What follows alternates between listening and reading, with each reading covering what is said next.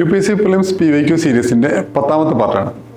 Which of the following statements with regard to recommendations of 15th Finance Commission of India are correct? Statements നോക്കുമ്പോൾ നമുക്കറിയാം highly factual knowledge required ആയിട്ട് വരുന്ന ഒരു area ആണ് question വന്നേക്കണേ. 15th finance കമ്മീഷൻ്റെ times of reference, 15th finance commission related ആയിട്ടുള്ള മറ്റ് ആസ്പെക്റ്റുകൾ, പിന്നെ 16th ഫിനാൻസ് കമ്മീഷനിലേക്ക് വന്നപ്പോൾ ഉള്ള ചേഞ്ചസ്, അപ്പോൾ അങ്ങനത്തെ കാര്യങ്ങളെല്ലാം നമ്മൾ പഠിക്കുന്നുണ്ട്. പക്ഷേ അതിലും ഒരു UPSC ആസ്പെക്റ്റിൽ മൈക്രോ ലെവലിലേക്ക് പോയിട്ടുള്ളൊരു ചോദ്യമാണ് ഇത്. ഇവിടെ നമുക്ക് നോക്കും first statement, it has recommended grants of 4,800 crores from the year 2020 to 23 to year 2025-26 for incentivising states to enhance educational outcomes. ഫാക്റ്റാണ്, ഹൈലി ഫാക്ച്വലാണ്. UPSC പലപ്പോഴും ഇത്രയും സ്പെസിഫിക്കലി ഫാക്ച്വൽ ആയിട്ടുള്ള ക്വസ്റ്റ്യൻസ് തെറ്റായിട്ട് ചോദിക്കാറില്ല. അല്ലെങ്കിൽ നമുക്ക് അത്രയും ഫാക്ച്വൽ നോളജ് റിക്വയർഡ് ആയിട്ടുള്ളത് മാത്രമേ നമ്മളോട് തെറ്റിക്കാറുള്ളൂ. അപ്പോൾ അതുകൊണ്ട് തന്നെ ഫാക്ച്വൽ നോളജ് നമ്മൾ അത്രയും മഗപ്പ് ചെയ്യേണ്ട ആവശ്യം വരുന്നില്ല. ഇനി സെക്കൻഡ് സ്റ്റേറ്റ്മെൻറ്റിലേക്ക് നോക്കുമ്പോൾ അത് ശരിയാണോ തെറ്റാണോ എന്നുള്ളത് നമുക്ക് അടുത്ത സ്റ്റേറ്റ്മെൻറ്റ് നോക്കി വരാം.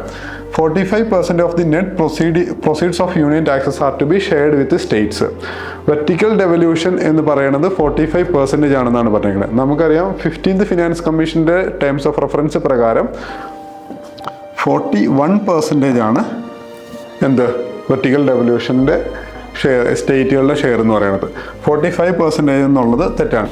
കാരണം 14th ഫിനാൻസ് കമ്മീഷനിലേക്ക് വരുമ്പോഴത്തേക്കും നമുക്കറിയാം 32% ആയിരുന്ന വെർട്ടിക്കൽ ഡെവല്യൂഷൻ്റെ സ്റ്റേറ്റിൻ്റെ ഷെയറിൽ നിന്നും ഒരു ഡ്രാസ്റ്റിക് ഇൻക്രീസ് വരുത്തി 42% ആക്കിയിരുന്നു.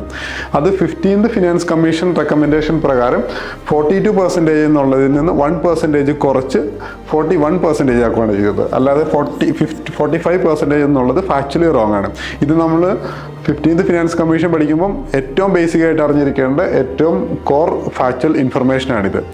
ഇനി എന്തുകൊണ്ട് 42% എന്നുള്ളത് 41% ആക്കി എന്നുള്ളതിന് കാരണം സ്റ്റേറ്റിൻ്റെ റീഓർഗനൈസേഷൻ 2019 വന്നിട്ടുള്ള ജമ്മു ആൻഡ് കാശ്മീർ റീഓർഗനൈസേഷൻ വന്നതും പിന്നെ യൂണിയൻ ടെറിട്ടറി ആക്കി മാറ്റിയതെല്ലാം കാരണം ഡെവല്യൂഷൻ കുറയ്ക്കേണ്ട ഇതായിട്ട് വന്നു. അങ്ങനെയാണ് 41% ആക്കണം. അപ്പോൾ അതുകൊണ്ട് തന്നെ സ്റ്റേറ്റ്മെൻറ്റ് 2 തെറ്റാണ്. സ്റ്റേറ്റ്മെൻറ്റ് 2 തെറ്റാണെങ്കിൽ ഇവിടെ നമുക്ക് കറക്റ്റ് ആൻസറാണ് ചോദിച്ചേക്കുന്നത്. സിംപ്ലി ഓപ്ഷൻ A എലിമിനേറ്റ് ചെയ്യാം, ഓപ്ഷൻ B എലിമിനേറ്റ് ചെയ്യാം, ഓപ്ഷൻ D എലിമിനേറ്റ് ചെയ്യാം. അപ്പോൾ ആൻസറിലേക്ക് എത്തുമ്പോൾ 1, 3, 4 എന്നുള്ളത് എളുപ്പത്തിൽ നമുക്ക് ആൻസറിലേക്ക് എലിമിനേറ്റ് ചെയ്തെത്താൻ പറ്റും. അപ്പോൾ ഏറ്റവും ബേസിക് ആയിട്ടുള്ള ഏറ്റവും ഇമ്പോർട്ടൻറ്റ് കോർ ഏരിയ ഐഡൻറ്റിഫൈ ചെയ്യുക എന്നുള്ളതാണ് UPSC നമ്മുടെ അടുത്ത് നിന്ന് എക്സ്പെക്ട് ചെയ്യുന്നത്. അപ്പം അവിടെ UPSC മിസ്റ്റേക്ക് വരുത്തി. ഓക്കെ, ഇനി തേർഡ് സ്റ്റേറ്റ്മെൻറ്റിലേക്ക് നോക്കുവാണെങ്കിൽ 45,000 crores are to be kept as performance based incentive for all states for carrying out agriculture reforms. അതൊരു ശരിയായിട്ടുള്ള സ്റ്റേറ്റ്മെൻ്റ് ആണ്. പിന്നെ it reintroduced tax efforts criteria. 11th finance കമ്മീഷനും 12th ഫിനാൻസ് കമ്മീഷൻ്റെ സമയത്തും ഈ ടാക്സ് എഫേർട്സ് ക്രൈറ്റീരിയ ഇൻക്ലൂഡ് ചെയ്തിരുന്നു.